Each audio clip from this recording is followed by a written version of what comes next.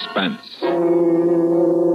And the producer of radio's outstanding theater of thrills, the master of mystery and adventure, William N. Robeson. Among other characteristics which separate Homo sapiens from the rest of the animal kingdom is the driving dream of the easy buck.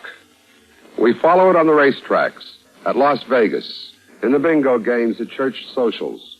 And if these fail us, there's always buried treasure. They say the beaches from the Florida Keys to the New England Capes are loaded with the loot the pirates parked and forgot to claim.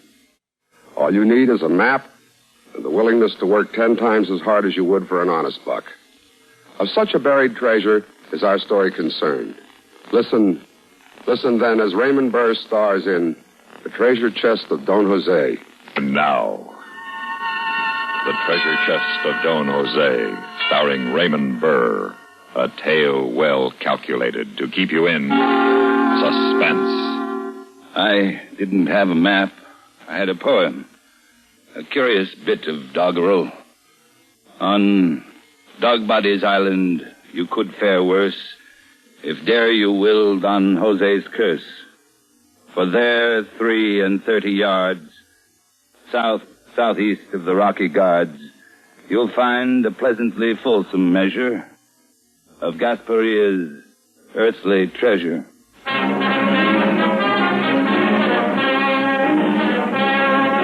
You should know that I endured a certain local notoriety since I was the great-great-grandson of Don Jose Gasparia, one of the last and one of the fiercest of the pirates of the Spanish Main.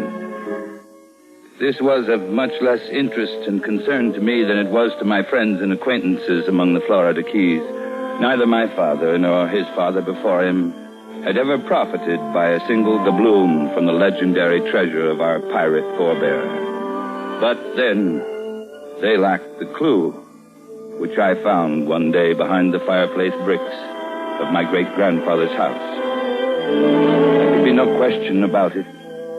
That cryptic verse was as good as a treasure map. It would lead me straight to the hidden gold of my ancestor. At first, I must locate Dogbody's Island. 2 days spent among the old charts in the public library in Key West, and I had it. Dogbody's Island was a tiny sand spit near the tip of Cape Cod, more than 1,000 miles north. 2 days later, I was standing on a cold, windy Massachusetts beach, talking to a local real estate agent. No, sir. Ain't heard this called Dogbody Island since I was knee-high to a grasshopper. Where'd you hear it called Dogbody Island? I really don't know. Some friend of mine down in Florida, maybe. Well, it's called Sprague Spit now. Ever since old Captain Sprague bought her up back in 03.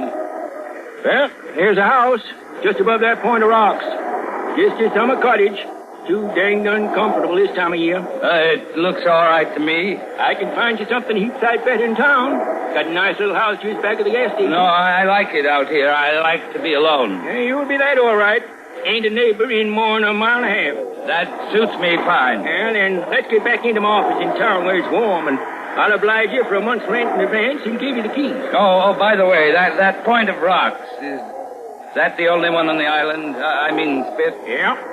Pirates Point, folks call it hereabouts. Fella says the Buccaneers used to put in here for water in the old days. Me, I don't put much stock in them stories myself.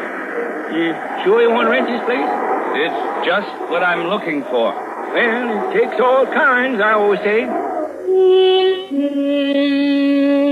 The cottage was quiet, secluded, and yet within view of that rocky point, which must be the same one Don Jose's poem called The Rocky Guards. I can tell you I scarcely slept that first night. So great was my eagerness to be up in the morning, pace the 33 yards southeast of the Rocky Guards, and begin digging for my treasure. 29, 30, 31. Morning. Good morning. Looks like it's going to be a nice day. Yes, it does. I see you got a shovel. Looks like you're going to do some digging. Oh, yes. Clams. I'm going to dig for clams. No clams in the surf. Oh, there aren't? Nope. Find them on the bayside. Oh, then I'll look over there. Don't dig them with a shovel. Got to use a rake. Oh? Is that so? Yeah. Too late now anyway. Tide's coming in. Another low tide to 5 this afternoon. I didn't know. I'm a stranger here. Yeah, I know. I'm the chief of police. Anything wrong? Nope. Town limits come all the way out here, though. All the way to the low tide mark. I thought I'd better come out and warn you. Warn me? About what? You see that patch of sand yonder? Beyond the cranberry bog? Yes? Quicksand. Treacherous. Thank you. Going to stay here long? I don't know. A few weeks, maybe all winter. You writing fella? No. Painting fella? No. Just taking vacation? Yes, you might call it that. Well, nice to have this talk with you. Anything you need in the way of police protection, you just let me know.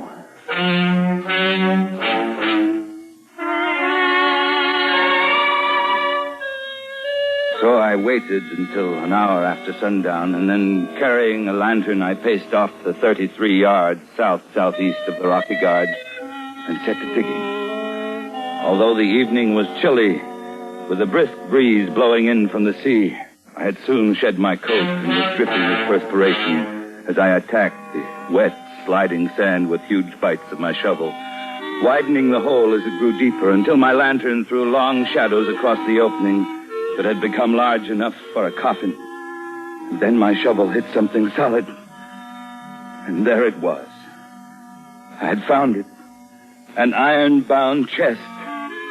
The treasure chest of Don Jose. And then I heard voices. Terror seized me. Who came now to violate my supreme moment? Who now threatened to deprive me of what was rightfully mine? I turned the lantern and scrambled from the hole. A few yards away, I could see the beam of a flashlight slowly approaching. I hid behind a ledge of rocks, my heart drumming in my ears, my held breath screaming in my tightened throat, trying to listen, trying to see. That patch of quicksand has got to be around here someplace. Hey! Smell it. There's a hole here. Nearly fell in. Huh? Well, this will do great. There's even a shovel to fill it up. Ready? 1, 2... Hey! What's they doing? Did they know? At last, it was quiet, and I watched their light as they made their way across the island toward the bay. And then, after a long time, I heard the cough of a motorboat. Then I lit my lantern and went back to my digging. The hole was half filled. Suddenly, my terror turned to rage. What had they done? I began digging savagely. But almost at once, my shovel hit something. Something that was softer than the chest and yielded to the pressure. Seized my lantern, crouched over for a closer examination, and found myself looking into the vacantly staring eyes of a corpse.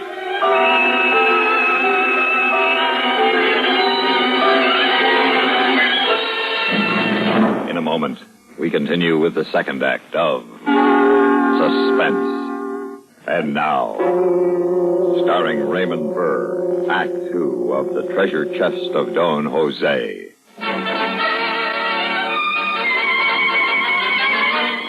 As I looked into the open eyes of the corpse, panic seized me. Surely this was one of Don Jose's men buried with the treasure chest to guard it through eternity.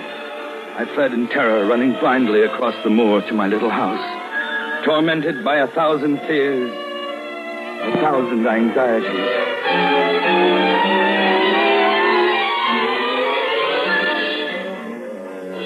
Sometime toward dawn, I must have fallen asleep, for the next thing I knew, it was past noon. Someone was pounding on my door. Hey! Anybody home? Just a minute, I'm coming.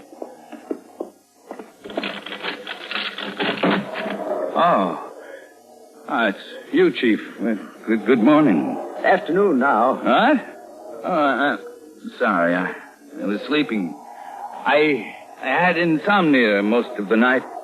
Insomnia, Mean you was awake? Yes. Most of the night, you say? Why, yes. Hear anything peculiar out here? No. What do you mean? Prowlers or such? Why would anyone be prowling out here? Didn't say there was. Asked if you heard anyone. No, I didn't. Got to check. This being in the town limit. Why? Anything the matter? Yeah. Kidnapping. Murder, maybe. Murder? Yeah. Ain't you heard it on the radio? I haven't got a radio. Should. Great consolation for a man living alone. Well, what happened? Tell me. Young Harvard fella. Sinful rich. His father paid the ransom, $20,000. But the kidnappers didn't deliver the boy. Got a 3-state alarm out for him. Think they're on the Cape somewheres. Just checking. Well, what makes you think they'd come out here? Don't know. Hunch partly. Partly because somebody borrowed one of Jen Chantry's books last night. Found a bloodstain in the cockpit this morning. Didn't see him, eh? No, I told you I didn't. Yeah. So you did. We'll catch them, of course, if they're on the Cape. Sooner or later, we'll catch them. Ransom money's in small bills, all marked. They'll get hungry sooner or later and spend some. Let me know if you see or hear anything. Yes, of course. I'll be glad to. Yeah. Just checking.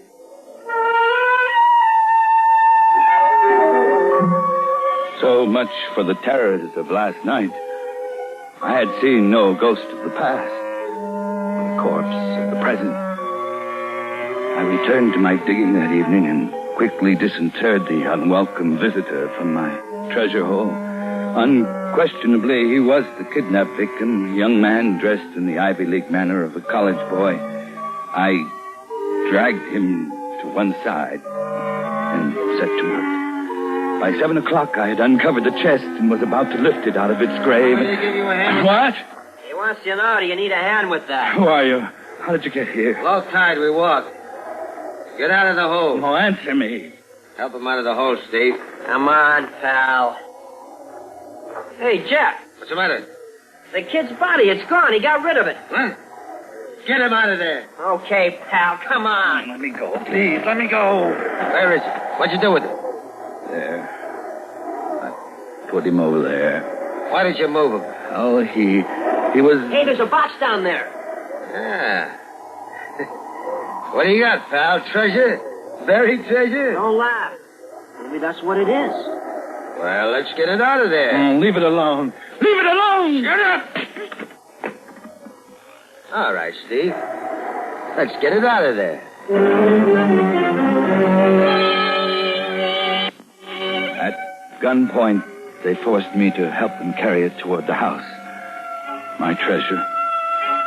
They forced open the chest and emptied one of the canvas sacks, its contents cascading onto the table in a golden stream of doubloons. Ah. What do you know? Gold. Well, it's mine. It belongs to me. It's my inheritance. Yeah, I know, pal. Only you're going to pay a high inheritance tax, 100%. Okay, now, I'll tell you what we're going to do. My friend and me are in a little trouble. And you're going to give us a hand, aren't you, pal? Go away. Leave me alone. That's just what we're going to do. We're leaving. And we're taking that bright, shiny stuff with us. The treasure's mine. But we're going to be fair. We're going to give you $20,000 in nice, up-to-date American money. How do we know? Maybe that junk of yours ain't worth half that much. Oh, your money's marked. It's ransom money. That's beside the point.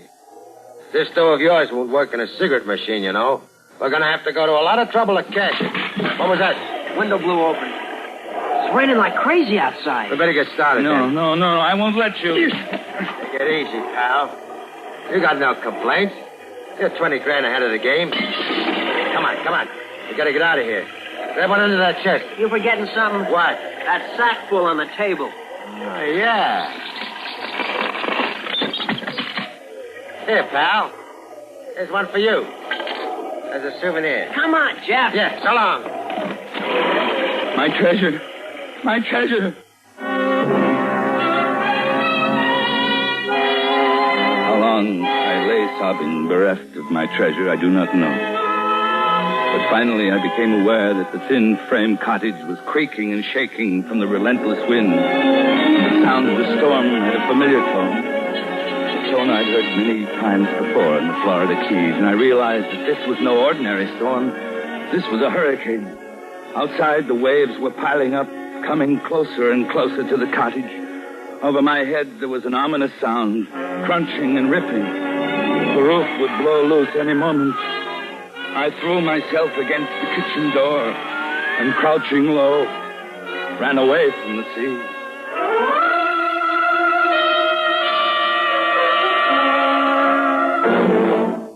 In a moment, we continue with the third act of Suspense.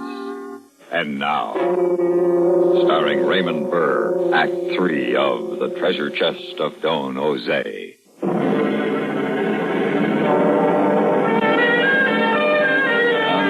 Behind the shelter of a high dune, I stumbled and fell, spread-eagled on the sand.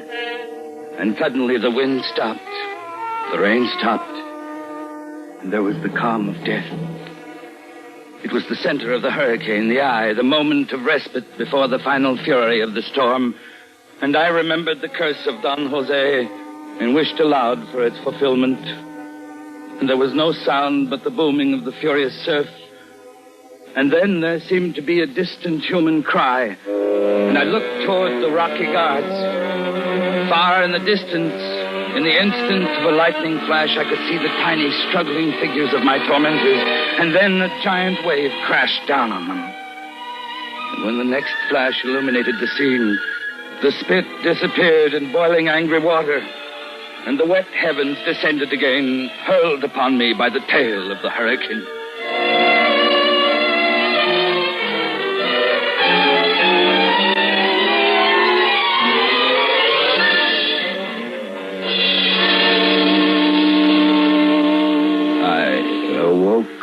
With a light in my eyes, and I heard a voice. You all right? Who is it? It's me, Chief of Police. Got out here as soon as I could. We was worried about you out here with no radio. You couldn't get the storm warnings. Come up so fast, wasn't time to get you off. Thanks. That's very kind of you. Lucky you got out of the house. Why? Take there no more. Ocean come plumb through, carried the house right into the bay. Made 2 islands out for Sprague Spit. Storms play funny tricks.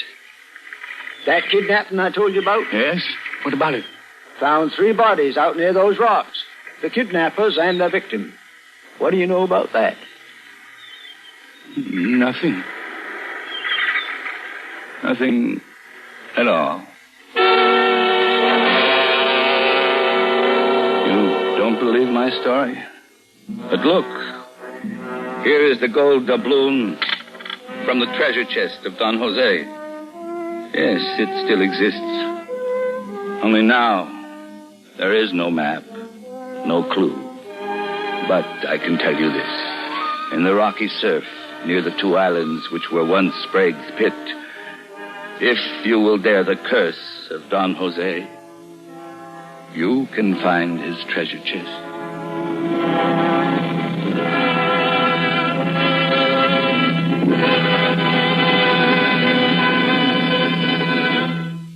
Suspense, in which Raymond Burr starred in The Treasure Chest of Don Jose. Written, produced, and directed by William N. Robeson. Supporting Raymond Burr in The Treasure Chest of Don Jose were Joe DeSantis, Carl Swenson, Tommy Cook, and Charles Seal. Listen. Listen again next week when we return with another tale well calculated to keep you in suspense.